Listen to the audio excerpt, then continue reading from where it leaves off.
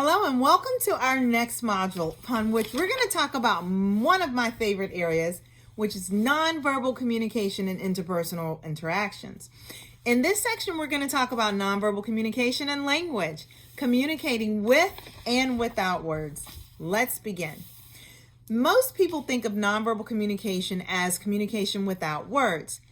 In essence, nonverbal communication is something that we talk about with my student mentors every week. Interestingly enough, every week we have a nonverbal communication cue. That means everything that's associated with us responding in class. So what we're learning through this interpersonal communication journey is that when it comes to nonverbal communication, it's the perception of the person, or it's the label that that person gives that nonverbal cue, which gives it meaning. So when we think about nonverbal communication as language, and when we communicate with words, words are easy. Words are units of meaning. They're building blocks to a language. If you understand the language, then you know that the word equals a process or an explanation or an object or a flow of thought. However, when you use nonverbal symbols and connect them to words, then there's an agreed upon meaning in that connection. Now, for example, if we give a thumbs up in our culture, it means okay. If we handshake, it means it's an agreement. Now, while language must adhere to grammatical rules, it's important to understand that language requires us to learn its grammar, its rules of syntax, punctuation, composition, and etc. Not following these rules will make what we say to others meaningless, or at least difficult to comprehend. So understand that unlike language, the rules of nonverbal communication are less concerning with these grammatical structure rules and subsequent messages, that with the appropriateness of these messages in any given situation will land yourself to having a great exchange. Now, when we think about various scenarios, we have to understand that language can refer to things removed in time and space. Proponents of this view that nonverbal communication is not a language are quick to note that only words can take us to other times and places. Language contains propositions that can be proven true or false. Understand that language users can utter claims that may or may not be true. These claims could include factual propositions that we can directly verify as true or false. For example, the more that children watch television, the more overweight they tend to be. This value proposition that asserts that the relative worth of something, i.e., the war on drugs has done more harm than good, and policy propositions that recommend taking action, such as the government should prohibit the use of cell phones while driving, are examples of language containing propositions that can either be proven true or false. When you take communication classes that involve argumentative and logical fallacies, you will delve into this area of analysis. But do understand that communicating with words is important, and even as important as nonverbal communication. Now, communicating without words, nonverbal communication, is unique in that many nonverbal signals are universal. However, as we will learn in subsequent chapters, even nonverbal cues and nonverbal gestures have different meanings depending upon the culture. While we understand that they are universal, some nonverbal signals are sent and received spontaneously. They can resemble their reference. For instance, words do not look like the things they represent. The word car does not resemble an actual car. While this property is missing from the language, it characterizes our nonverbal communication and fosters mutual understanding of even the word car not resembling an actual car. So if you visit another country, for example, you can ask for a drink of water, find out the time of day, or get directions to a nearby restaurant without speaking a word because of the ease of which you can mime those particular activities. For instance, this is a drink. Showing the watch and asking the watch. If you have a watch, you should know what time it is. But if your watch is broken, you won't know. But nonverbal signals can also simultaneously occur.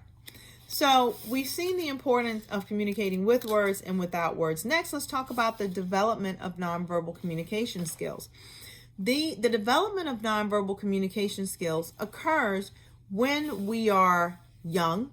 It stems from our culture, connection, our environment. Do understand that even us going through the lifespan process impacts our nonverbal communication skills. So when we talk about what skills are required in nonverbal communication, it's important to know that when we think of people who are good with words, we see them as good speakers or good writers. But as receivers of verbal messages, you may also notice that there's a skill present in listening and reading. But what does it mean to be good with nonverbal cues? So just as I am communicating with you now, my hands, I've stopped moving my hands. This means that I am relaying information to you at the rhythm that I'm talking, because I am seeking to meet you in the middle of understanding what I am attempting to relay to you.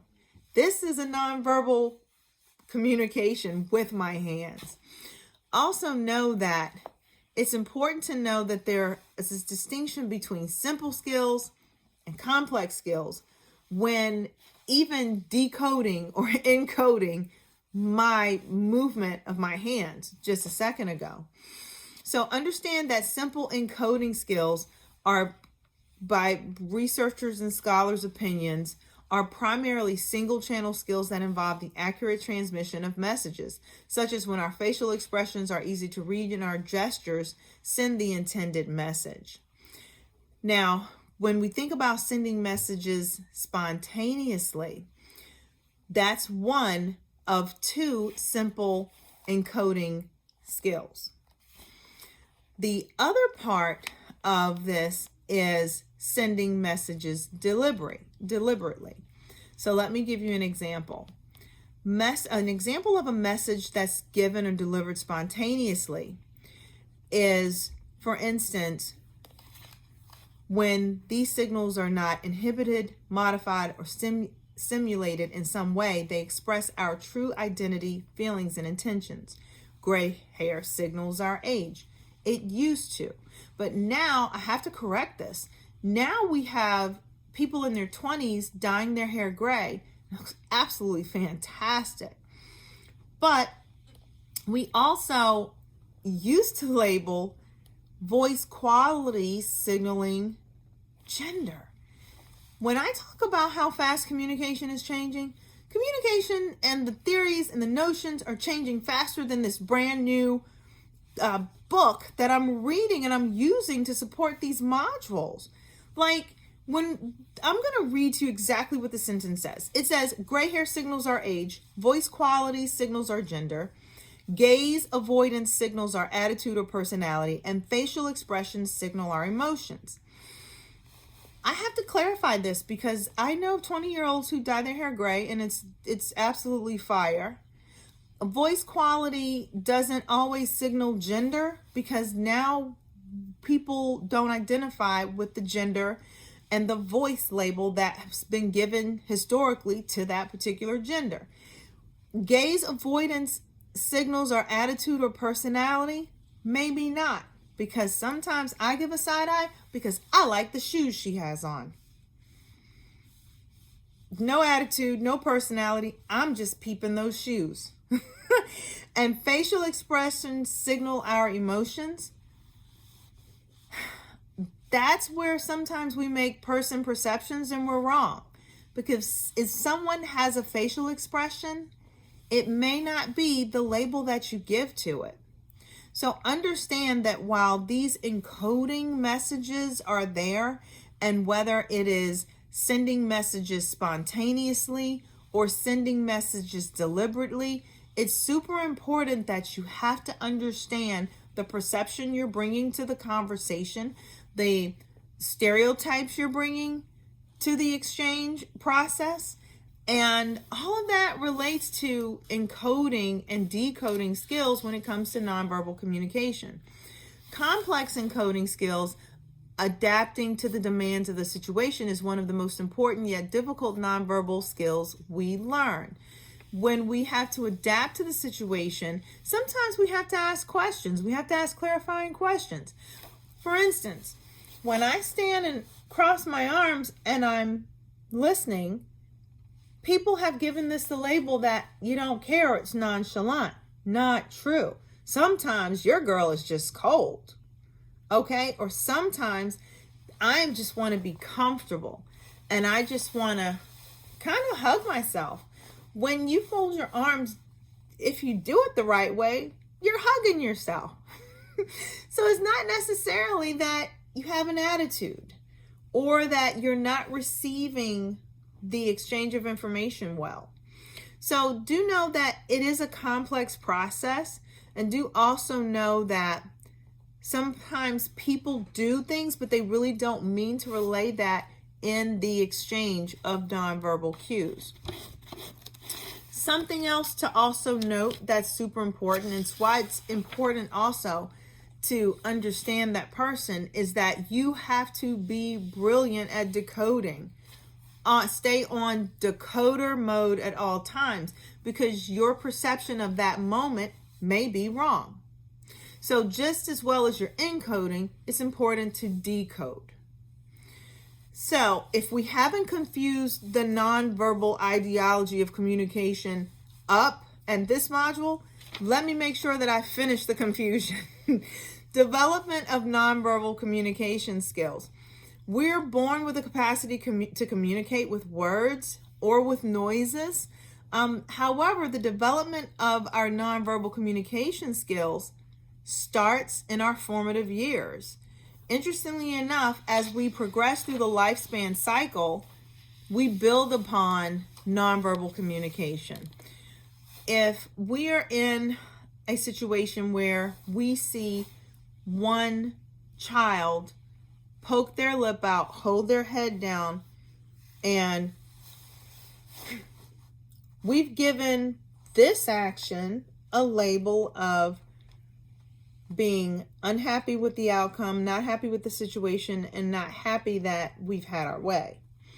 Again, these are things we've learned by being in the environment where other kids are exhibiting this type of behavior.